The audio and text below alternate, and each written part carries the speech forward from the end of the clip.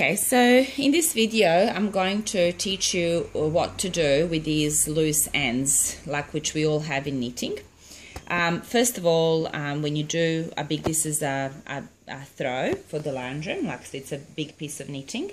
I usually try finish each ball of wool on the end of the knitting, so I don't have any of those knots throughout the knitting. So we're gonna now sort out this end so that we don't even know it was there. So usually that's how it was. So now the first thing I'm going to do, I'm going to actually cut it shorter, so I don't need anything longer than that.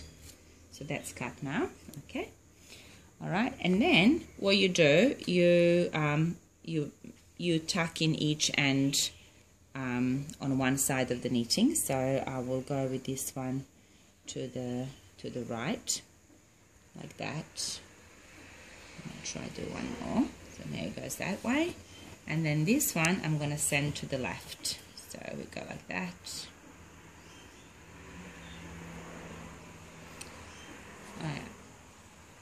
Here we go. It's like that. Okay. So as you can see, that's now nicely tucked in. Yeah. But if I leave it like that, whilst you use your throw, etc., that would come out and it's not going to look nice.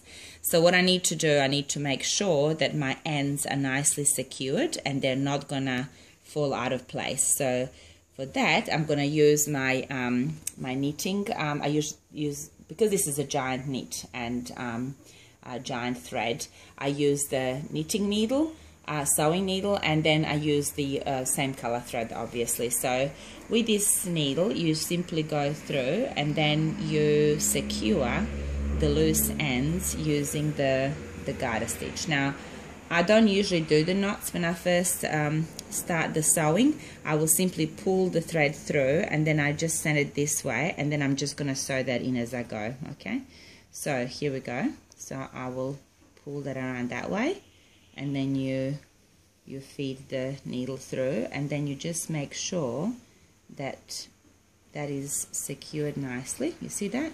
Like that. That's my first one. Okay, now I just have to make sure that as I go, that this little loose end of the thread that I just went through, that it's also nicely tucked in and you can't see it. So here is my second one.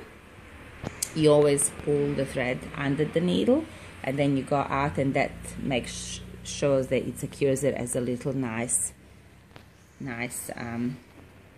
it looks like a blanket stitch really. So it's nice and neat, and it's also very firm and sturdy, so nothing will come out of this one when you do it. Okay, so there is my, so you just need few, like 3 or 4. You see how that's now looking nice? Okay, and then I have,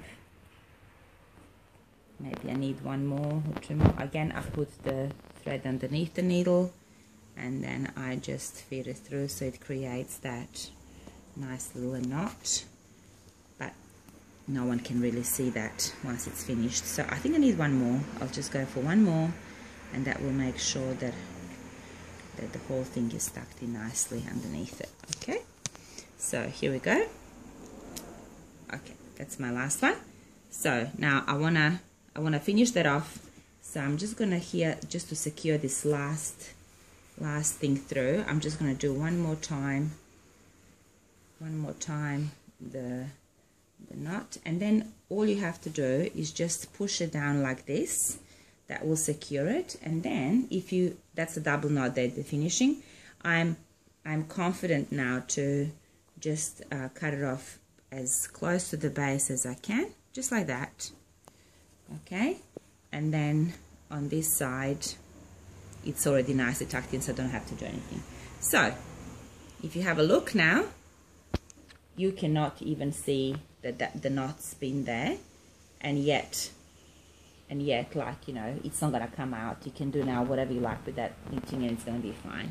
The similar thing I did here at the end of my throw, and as you can see, I try always do it on the back of my knitting. So this is my right side up, and you see how you can't see anything there on the corner, and then when you turn it to the back, it just looks beautiful, and that will never come out, that will just stay there.